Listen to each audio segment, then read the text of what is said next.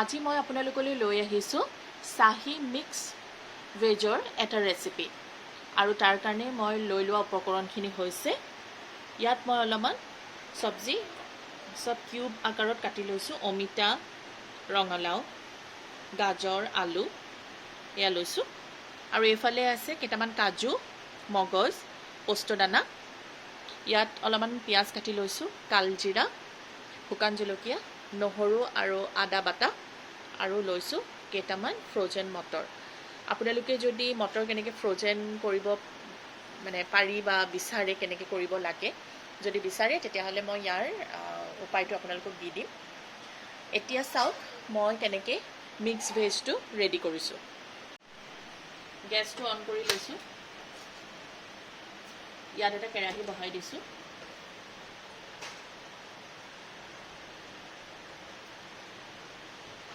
ইয়াত মই অলপমান তেল দি ল'ম বহুত বেছি নহয় মিঠাতেল দিছোঁ মই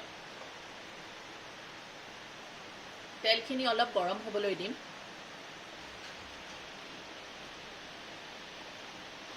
ইয়াত চাওক কেৰাহীত তেল গৰম হৈ গৈছে ইয়াত মই প্ৰথমে কালজিৰাখিনি দি ল'ম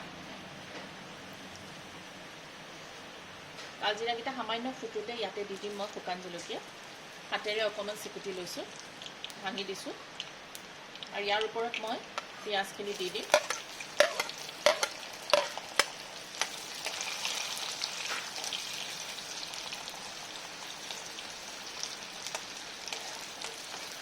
পিঁয়াজখিনি অকণমান ভাজি ল'ম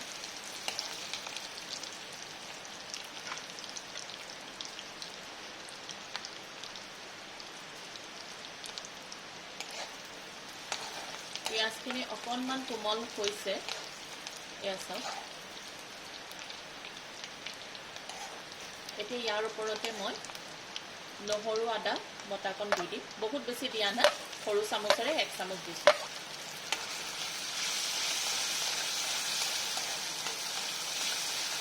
এইখিনি অকণমান ভাজি ল'ম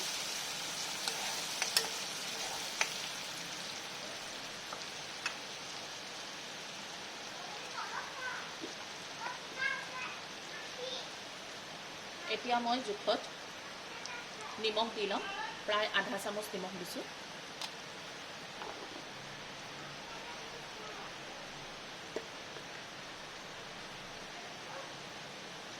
তেনেকৈ আধা চামুচ সৰু চামুচে আধা চামুচ হালধি গুড়ি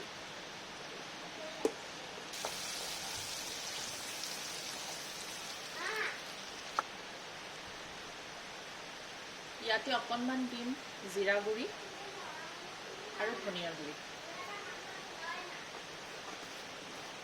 যিহেতু শুকান জলকীয়া ফোৰণ দিছোঁ সেইকাৰণে মই বেলেগকৈ জলকীয়া গুড়ি ব্যৱহাৰ কৰা নাই এয়া চাওক পিঁয়াজখিনি ভাজা ভাজা হৈ গ'ল এতিয়া মই গেছটো চিমত দি দিম পুৰা ল' ফ্লেম কৰি দিম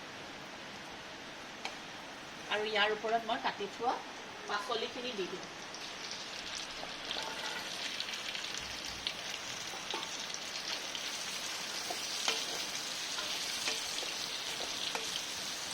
গোটেইখিনি ভালকৈ মিক্স কৰি ল'ম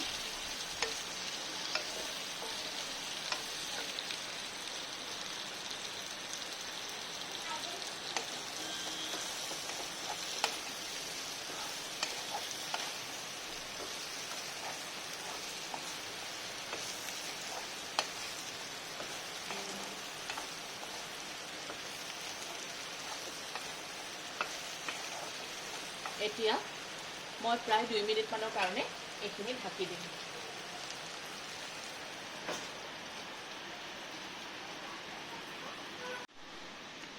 এতিয়া পুনৰ 2 মিনিটৰ পিছত মই ঢাকনিখন খুলি চাম এয়া চাওক চব্জিবোৰ অকণমান ভজা ভজা টাইপৰ হৈছে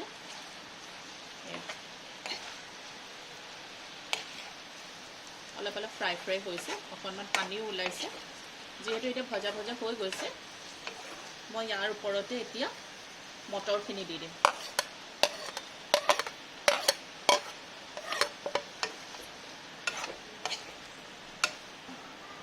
ফ্ৰ'জেন মটৰখিনি দি দিলোঁ যদিও ফ্ৰ'জেন হয়, মই ঘৰতে ফ্ৰ'জেন কৰিছোঁ, কিন্তু কালাৰটো চব একেবাৰে এতিয়া গুচোৱা মটৰ টাইপৰে হয়। যদি আপোনালোকে তেনেকুৱা কেনেকৈ ফ্ৰ'জেন কৰিব পাৰি তাৰ ৰেচিপি বিচাৰে, তেতিয়াহ'লে মই আপোনালোকক তাৰ ৰেচিপিটো দি দিম। এতিয়া মই ইয়াৰ ওপৰত এই চব্জিখিনি সিজিবৰ কাৰণে আৰু এইবোৰ ভাগি নাযাবৰ কাৰণে, চব্জিবোৰ যদি গোটা গোটা হৈ থাকে আৰু সিজি যায়, তেতিয়া চব্জিখন খাই ভাল লাগে। কিন্তু যদি গোটেইবোৰ ভাঙি লুঠুৰি হৈ যায়, তেতিয়া খাবলৈ ভাল নহ'ব। সেইকাৰণে মই ইয়াত অলপমান পানী দি দিম। পানী দি এইখিনি আৰু নলৰাওঁ, এনেকৈ ঢাক মাৰি থৈ দিম, লৰাই নিদিওঁ। এইখিনি গোটেইখিনি এনেকৈয়ে থৈ দিম। তেতিয়া সিজি যাব, কিন্তু ভাঙি নাযাব, চব একেটা চাইজতেই থাকিব। নহ'লে ৰঙালাও যিহেতু কোমল হয়, অকণমান সিজাৰ পিছতেই ভাঙি যাব। সেইকাৰণে মই এনেকৈ পানী দি ইয়াতে থৈ দিম, দি ঢাকন মাৰি পুনৰ 10 মিনিটমানৰ কাৰণে এইখিনি বইল হ'ব দিম আৰু সিজিবৰ কাৰণে দিম।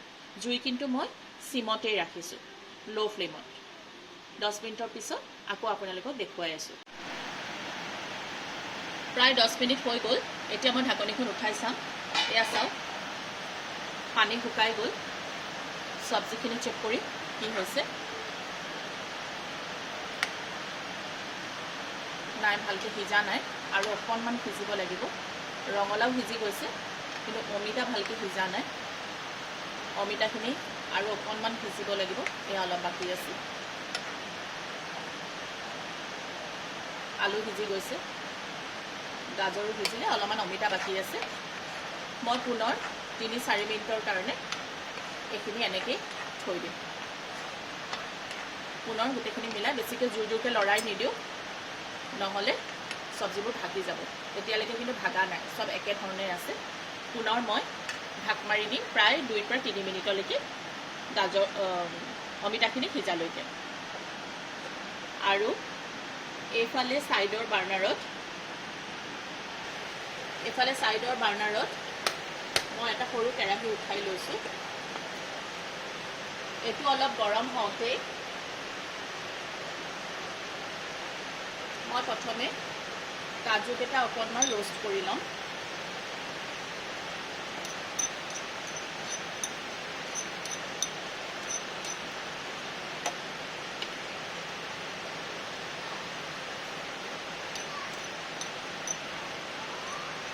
আৰু তাৰ লগতে মই মগজ আৰু পোস্তদানাখিনি দি দিম।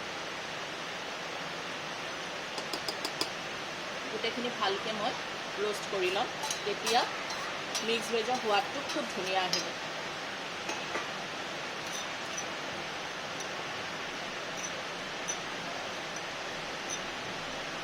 এইখিনি অকণমান কালাৰ চেঞ্জ হোৱালৈকে মই ৰোষ্ট কৰি দিম।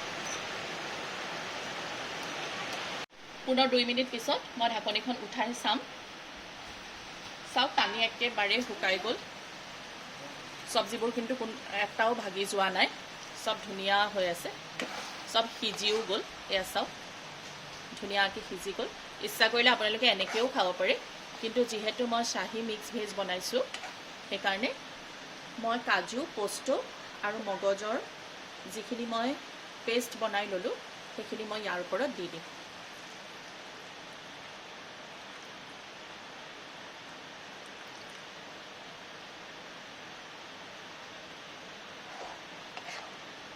দি ভালকৈ লৰাই দিম।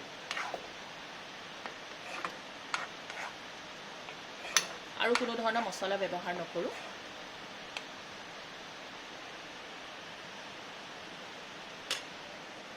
এতিয়া মই গেছটো বহাই দিম আৰু এইখিনি প্ৰায় 1 মিনিটৰ কাৰণে উতলিবলৈ দি মই অফ কৰি দিম। চাওক, তৰকাৰীখনৰ ৰং কি ধুনীয়া হৈছে।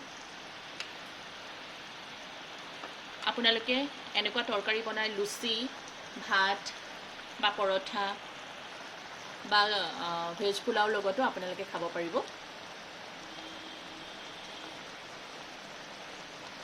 আৰু এনেকুৱা নতুন নতুন আৰু টেষ্টি ৰেচিপি যদি চাব বিচাৰে, তেনেহ'লে মোৰ চেনেলটো চাই থাকিব। মই নতুন নতুন এনেকুৱা ৰেচিপি আপোনালোকলৈ লৈ আহিম, একেবাৰে সহজ আৰু আমাৰ ঘৰতে থকা যোনবিলাক পাচলি বা বস্তু দিয়ে বনাব পাৰি, তেনেকুৱা একেবাৰে সহজ ৰেচিপি, কম সময়তে হোৱা, খুব জুতি লগা। আৰু এনেকৈ বনাই খাই চাব, মোক কমেণ্টত জনাব কেনেকুৱা হৈছে। এইখিনি হৈ গ'ল তৰকাৰীখিনি। এয়া চাওক, এটুকুৰা পাচলিও কিন্তু ভাগি যোৱা নাই, কিন্তু ধুনীয়াকৈ সিজিও গৈছে।